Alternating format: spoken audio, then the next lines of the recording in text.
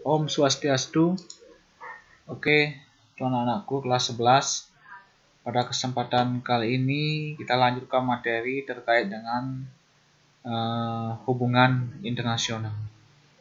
Sebelumnya kalian sudah mengetahui, sudah memahami terkait dengan pentingnya hubungan internasional. Nah, pada kesempatan kita kali ini saya ingin mengajak kalian untuk sama-sama kita memahami terkait dengan politik luar negeri.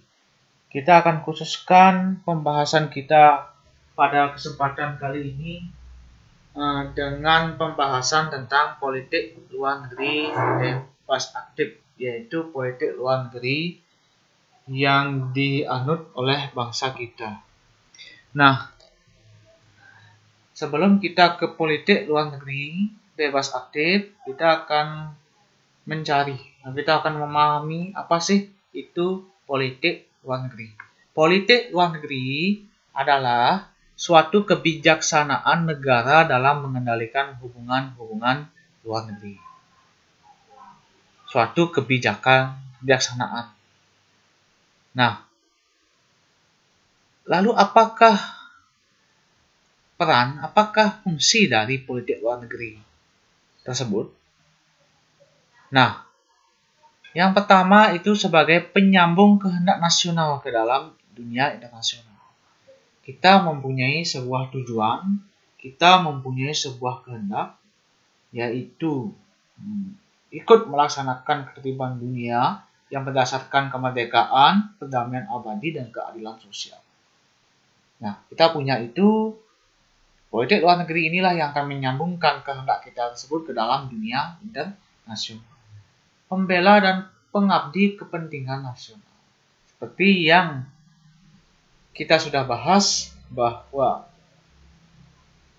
hubungan internasional sebenarnya mempunyai tujuan untuk kepentingan nasional, untuk memenuhi kebutuhan nasional kita, kebutuhan kita di dalam.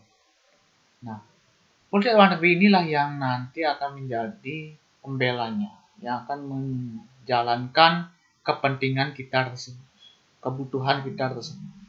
Kemudian pemelihara persatuan dan kesatuan. Jadi, persatuan dan kesatuan yang diarahkan ini adalah persatuan dan kesatuan kita dengan bangsa lain. Bahwa kita di sini adalah satu sebagai manusia. Kemudian manusia yang berhak bergaul walaupun kita tetap berbeda. Konsepnya sama. Persatuan dan kesatuan tidak hanya untuk kita selaku insan bernegara, tetapi juga untuk kita semua walaupun manusia tersebut adalah bangsa lain.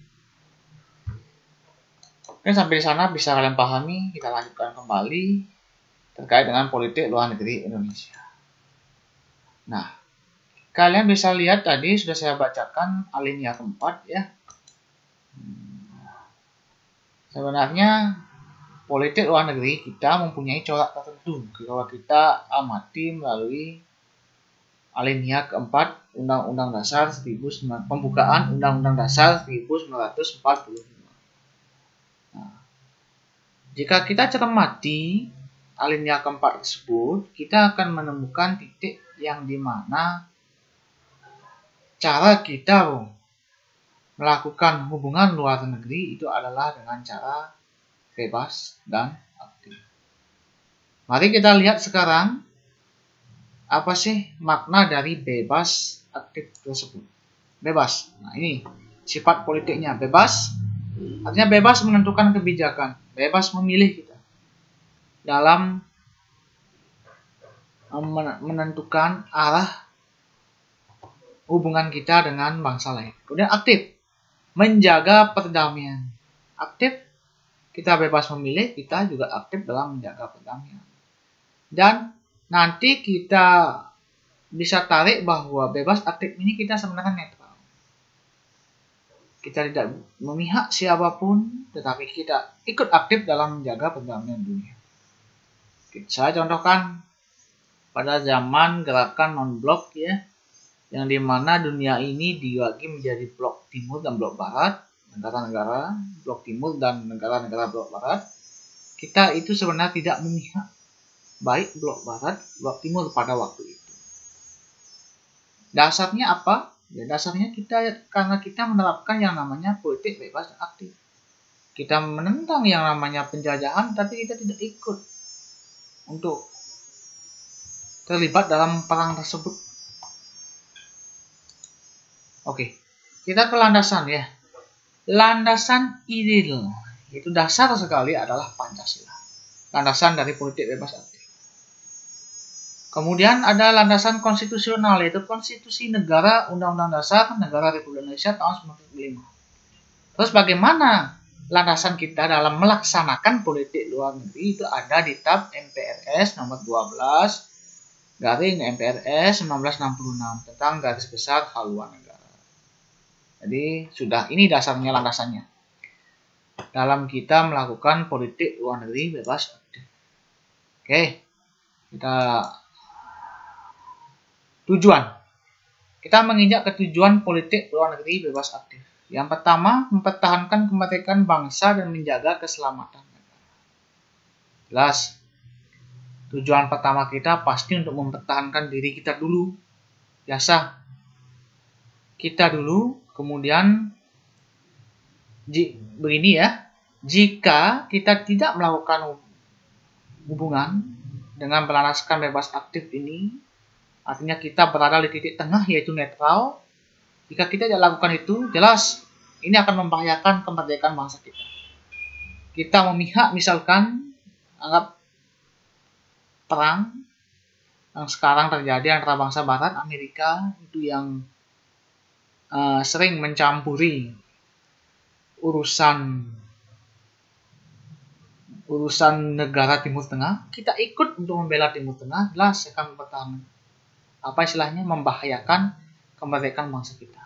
Kita akan dijadikan musuh dan keselamatan kita pasti akan terancam. Itu maksudnya.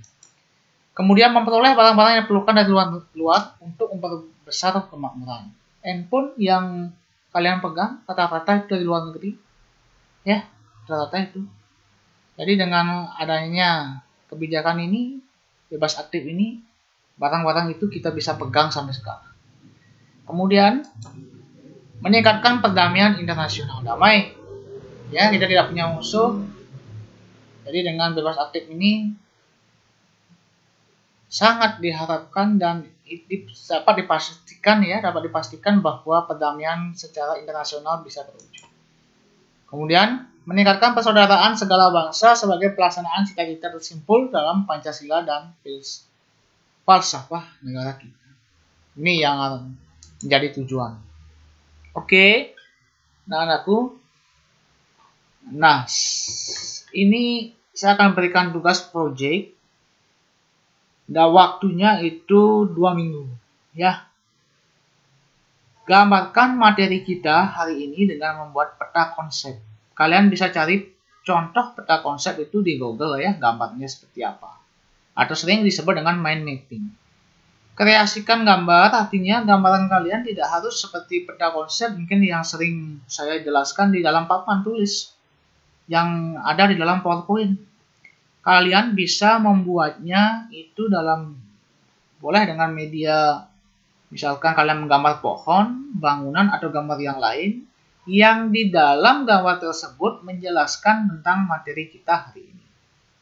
Hanya penggalan saja sebenarnya, tidak meringkas, tapi digambarkan dalam bentuk bidang data. Kalian kerjakan itu boleh di selembar buku gambar ya, selembar buku gambar atau selembar kertas, silahkan. Ini dikumpul dalam waktu 2 minggu. Nah, untuk penilaian nanti saya akan lihat gambarnya ya. Itu kumpul di ketua kelas yang mengumpulkan saya di sekolah. Nah, itu gambarnya nanti saya nilai, dan nilainya itu akan saya upload di Google Classroom. Oke. Itu aja anak-anakku kelas 11 project untuk kalian. Mudah-mudahan materi yang saya jelaskan sekarang bisa dipahami dengan baik. Oke, saya tutup materi kita hari ini dengan Parama Santi. Om Santi, Santi, Santi, Om.